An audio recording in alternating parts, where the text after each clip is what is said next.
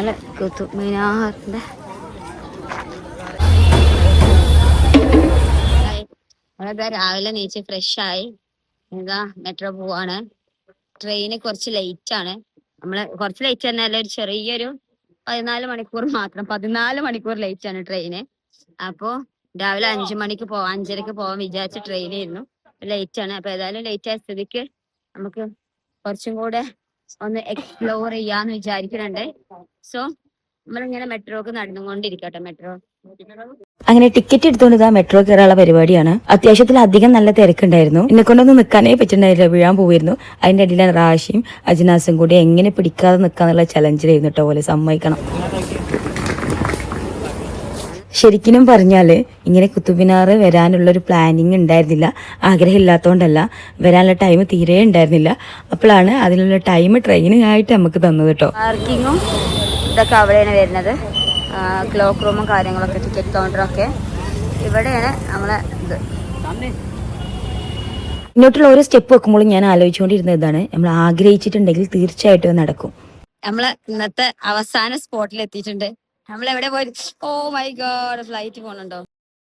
Flight പോണുണ്ടോ? നമ്മളെവിടെ അയച്ചോ? ഫ്ലൈറ്റ് കണ്ടപ്പോൾ സ്ഥലം കണ്ടില്ലേ? യെസ് ഗൈസ്, നമ്മളെന്നുള്ളത് കുത്തുബ് മിനാറിലാണ്. ഇന്ന് കുത്തുബ് മിനാർ എക്സ്പ്ലോർ ചെയ്യാം. അജ്നാസിനതാ കുറച്ച് ഫോറിനേഴ്സ് വന്ന് ഓലെ സ്വന്തം ഫോട്ടോഗ്രാഫർ ആക്കിയിട്ടുണ്ട്. അങ്ങനെ നമ്മൾ അജ്നാസിന് വെയിറ്റ് ചെയ്തും കൊണ്ട് നിൽക്കണം കേട്ടോ. നിങ്ങളെന്താ അഭിപ്രായം പറയുന്നതൊക്കെ നമുക്ക് നോക്കാം. നമ്മളെ കുത്തുബ് മിനാറിന്റെ അടുത്തെത്തിയിട്ടുണ്ട്. എല്ലാവരും അതിൻ്റെ അടുത്ത് നിന്ന് ഫോട്ടോസൊക്കെ എടുക്കണം. അതൊക്കെ പൊളിഞ്ഞു പോയിന്നല്ലോ.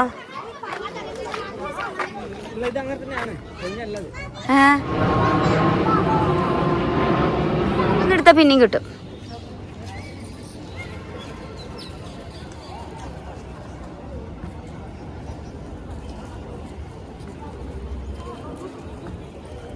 നമ്മളിപ്പോൾ ഉള്ളത് ഡൽഹിയിലെ പ്രശസ്തമായിട്ടുള്ള കുത്തുബ് മിനാറിലാണ്.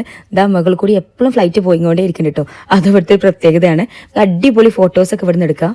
ഏകദേശം 73 മീറ്റർ ഉയരമുള്ള ഈ ടവർ കാണുമ്പോൾ തന്നെ നമുക്കൊരു വാവ് ഫീലാണ് ഉള്ളത്. നമുക്ക് ഡൽഹിയിലത്തെ ലാസ്റ്റ് സ്പോട്ടാണിത്. നമ്മള് ആഫ്റ്റർനൂൺ പോവും. അതിന് മുമ്പ് കുത്തുബ് മിനാർ, ഡൽഹിയിൽ വന്നിട്ട് കുത്തുബ് മിനാർ കണ്ടിട്ടില്ലെങ്കിൽ പിന്നെ എങ്ങനെ ശരിയാവും അല്ലെ? അത് നമുക്ക് കുത്തുബ് മിനാർ വിസിറ്റ് ചെയ്യാൻ വേണ്ടി വന്നതാണ്. കുത്തുബ് മിനാറിന്റെ മെയിൻ ബിൽഡിംഗ് ആണ് ആ കാണുന്നത്. അതുപോലെ തന്നെ ഇവിടെ കുറെ പാർട്ടായിട്ടുണ്ട്. എന്തൊക്കെയാണ് ഇടിഞ്ഞു പൊളിഞ്ഞ ഫീലുള്ള കുറെ സംഗതികളും കാണുന്നുണ്ട്. ഒരുപാടുണ്ട് കേട്ടോ ഇവിടെ നടന്ന് കാണാൻ. അത്യാവശ്യം നല്ലോണം ഉണ്ട്. നമുക്ക് ഈസിയാണ് വരാനും. നമ്മൾ ജസ്റ്റ് മെട്രോയിൽ കയറി വന്നു. മെട്രോ സ്റ്റേഷനിൽ തന്നെ ഒരാൾക്ക് 20 രൂപ എന്നുള്ള ഒരു ഓട്ടോറിക്ഷ അല്ലെ നമ്മൾ നേരെ ഇവിടെ വന്ന് ഇറങ്ങിയിട്ടുണ്ട്. ഇവിടെ ക്ലോക്ക് റൂം ഉണ്ട്.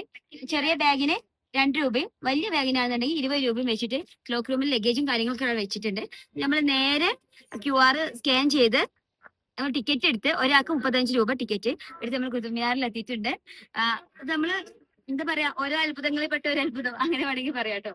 നല്ല രസമാണ്. ഡിസൈൻസും കാര്യങ്ങളൊക്കെ കാണാന്. ഇതാ അടുത്ത ഫ്ലൈറ്റ് വരുന്നുണ്ട്. സൗണ്ട് കേൾക്കുന്നുണ്ട്.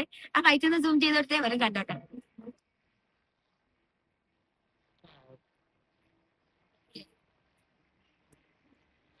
പരിപാടി മെയിൻ്റെനൻസിന്റെ പണി നടന്നുകൊടുക്കണം. നമുക്ക് കാണാൻ പറ്റുന്ന ആൾക്കാർക്ക് മുകളിൽ എന്തൊക്കെ മെയിൻ്റെനൻസ് കാര്യങ്ങളൊക്കെ ഉണ്ട്.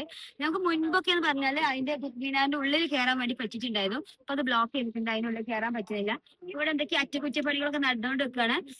അപ്പൊ ഇവിടെ എന്തൊക്കെ കാണിച്ചു തരാനുള്ളത്? ഇവിടെ കുറെ കാര്യങ്ങൾ കാണിച്ചു തരാണ്ട്. ഞാൻ വീഡിയോ ഒരുപാട് ലോങ് ആക്കണ്ടല്ലോ എന്ന് വിചാരിച്ചിട്ടാണ്. പക്ഷെങ്കിൽ എന്നാലും കാണാനുള്ള കാര്യങ്ങൾ കാണിച്ചു തരും വേണമല്ലോ.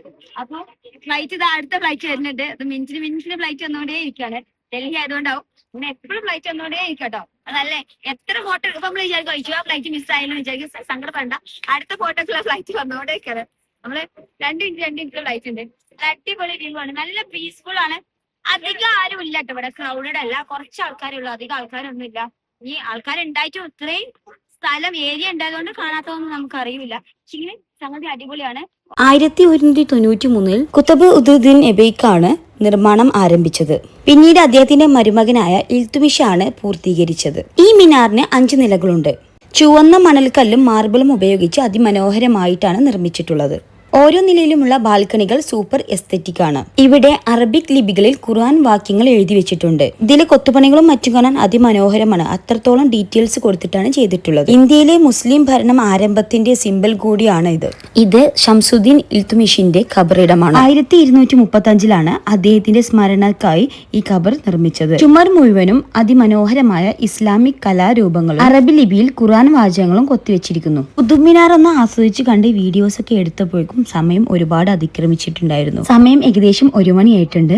ടിക്കറ്റ് എടുക്കാൻ വേണ്ടിയിട്ടുള്ള ഓട്ടപ്പാച്ചിലാണ് നിങ്ങൾ ഇവിടെ കണ്ടുകൊണ്ടിരിക്കുന്നത്. 590 രൂപക്ക് ജനറൽ സൂപ്പർ ഫാസ്റ്റിന്റെ ടിക്കറ്റ് എടുത്തുകൊണ്ട് നമ്മളെല്ലാം ഓടി.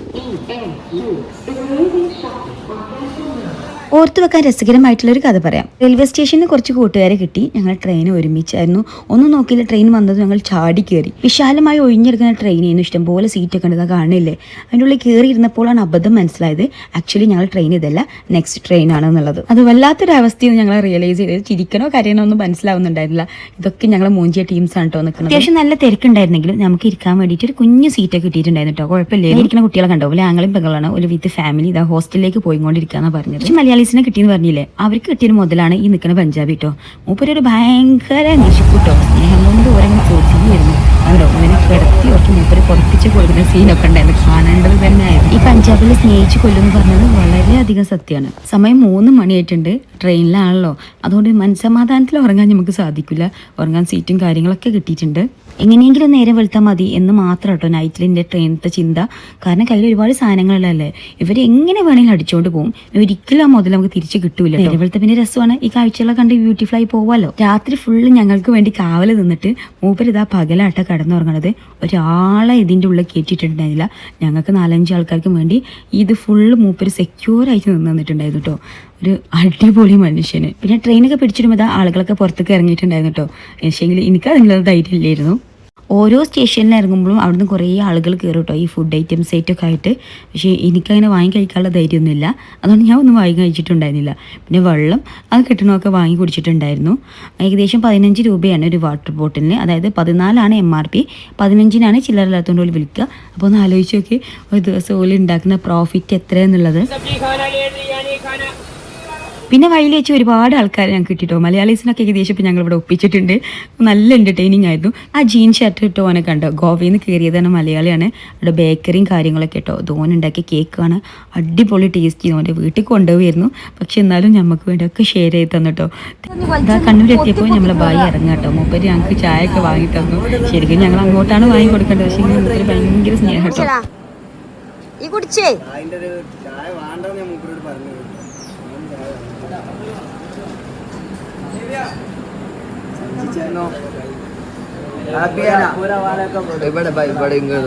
സൗണ്ടിൽ പറയും, സൗണ്ട് വേണം. പറയും, എന്തെങ്കിലും പറയും.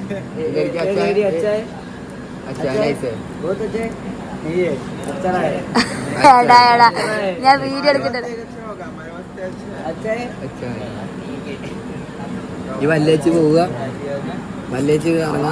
ഞങ്ങൾ കാലിക്കറ്റ് എത്തി. ഞങ്ങൾ ഇതാ ഇവിടെ ഇറങ്ങി. കുറച്ച് ആൾക്കാർ കണ്ണൂർ ഇറങ്ങിയിട്ടുണ്ടായിരുന്നു. കുറച്ച് ആൾക്കാർ ഇനി ഇറങ്ങാണ്ട്. ഞങ്ങളിവിടെ നല്ല വിശക്കനുണ്ടായിരുന്നു. ഒരു റെസ്റ്റോറൻറ്റ് കയറി നല്ല ഫുഡ് അടിച്ചു കേട്ടോ. പുട്ടും ചിക്കൻ കറിയൊക്കെ ആയിരുന്നു. അപാര ടേസ്റ്റ് ആയിരുന്നു. അവിടുന്ന് ഒരു ഓട്ടോയും പിടിച്ച് നേരെ KSRTC സ്റ്റാൻഡിൽ പോയി. അവിടെ നേരെ ഇനി മലപ്പുറത്തേക്ക്, കോഴിക്കോട് ടു മലപ്പുറം. ഒരു 6:55 ആയപ്പോൾ ഞാൻ മലപ്പുറത്തെത്തി. ഇനി എൻ്റെ നാട്ടിലേക്കുള്ള ബസ് ലക്ഷ്യമാക്കിയിട്ടാണ് ഞാൻ നടന്നുകൊണ്ട് പോകുന്നത്. ഉള്ളേരിക്കുള്ള ബസ്സുകളൊക്കെ ഓടി തുടങ്ങുന്നുള്ളൂ.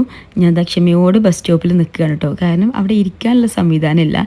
ഭയങ്കര ശോകമാണ് അവിടുത്തെ സീറ്റിംഗ് ഫെസിലിറ്റി. അതുകൊണ്ട് ഇതാ ഞാൻ ഇവിടെ നിൽക്കുകയാണ്. ഫൈനലി നാട്ടിലെത്തിയിട്ടുണ്ട്. നാട്ടിലുള്ള ബസ് കയറിക്കൊണ്ടിരിക്കുകയാണ്. ഉറക്കത്തിന് നല്ല ക്ഷീണമുണ്ട്. ഞാൻ ആ ബസ്സിൽ ഇറങ്ങി കുറച്ച് നേരം ഉറങ്ങി. അതാ ബസ്സിലൊന്നും ആയില്ല. അങ്ങനെ ഒന്നും കൂടെ ഒന്ന് ഉറങ്ങാം. കുറച്ച് അരമണിക്കൂറും കൂടെ ഉണ്ട് നാട്ടിലെത്താൻ.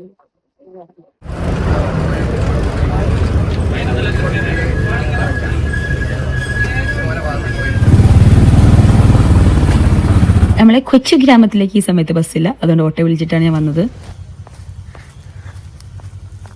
ഇതാ ഫൈനലി നമ്മളെല്ലാ ട്രക്കിങ്ങും കംപ്ലീറ്റ് ചെയ്ത് നമ്മളെ നാട്ടിലൂടെയുള്ള ട്രക്കിങ് ആട്ടോ. എന്തൊരു സുഖം. നമ്മളെ അതിരാവിലെയുള്ള നമ്മളെ സൂര്യോദയം കണ്ടോണ്ട് അല്ല സൂര്യൻ ഉദിച്ച് വരുന്നു. അതാ സൂര്യൻ കണ്ടോ. അപ്പോൾ നമ്മൾ അങ്ങനെ എല്ലാതും കംപ്ലീറ്റ് ചെയ്ത് മൈൻഡും എല്ലാം റിലാക്സ് ചെയ്ത് നമ്മളെ ഇവൻറ്റ് കംപ്ലീറ്റ് ചെയ്ത് നമ്മളിപ്പോൾ തിരിച്ച് നാട്ടിലെത്തി. അടിപൊളി ഇവൻ്റ് ആയിരുന്നു, ഒന്നും പറയാനില്ല. വീഡിയോസൊക്കെ നിങ്ങൾ കണ്ടിട്ടുണ്ടാവും. ഇനി ഫൈനലി ഇൻഷാ അല്ലാ നമുക്ക് വേറൊരു ഇവൻറ്റ് വീണ്ടും കണ്ടക്ട് ചെയ്യണം. ഇതുപോലെ നിങ്ങളെയും കൂട്ടിയിട്ട് ഞാൻ പോകും. ലാസ്റ്റ് നമ്മളിതാ വീട്ടിലെത്തി. എൻ്റെ ചുണ്ടോട് നെഞ്ചിട്ടുണ്ടാവില്ല. അമ്മ ഇനി ഉപേക്ഷിച്ച് പോയി എന്നൊക്കെയാണ് ഇത്ര പറഞ്ഞത്. എന്തായാലും പോയേക്കാം. എല്ലാവരും അവളോടും കൂടി എനിക്ക് പ്രത്യേകിച്ച് നന്ദി പറയാണ്ട് കേട്ടോ. എൻ്റെ കുട്ടാപ്പിയെ എനിക്ക് അങ്ങനെ അടിപൊളി ആയതുകൊണ്ട് മാത്രമാണ് മമ്മ ഇവൻറ്റിന് കൂടിയതും അതും അടിപൊളി ആയതും എല്ലാതും. എൻ്റെ കുട്ടീൻ്റെ എല്ലാ സപ്പോർട്ടിലാണ് മമ്മൻ്റെ വിജയം.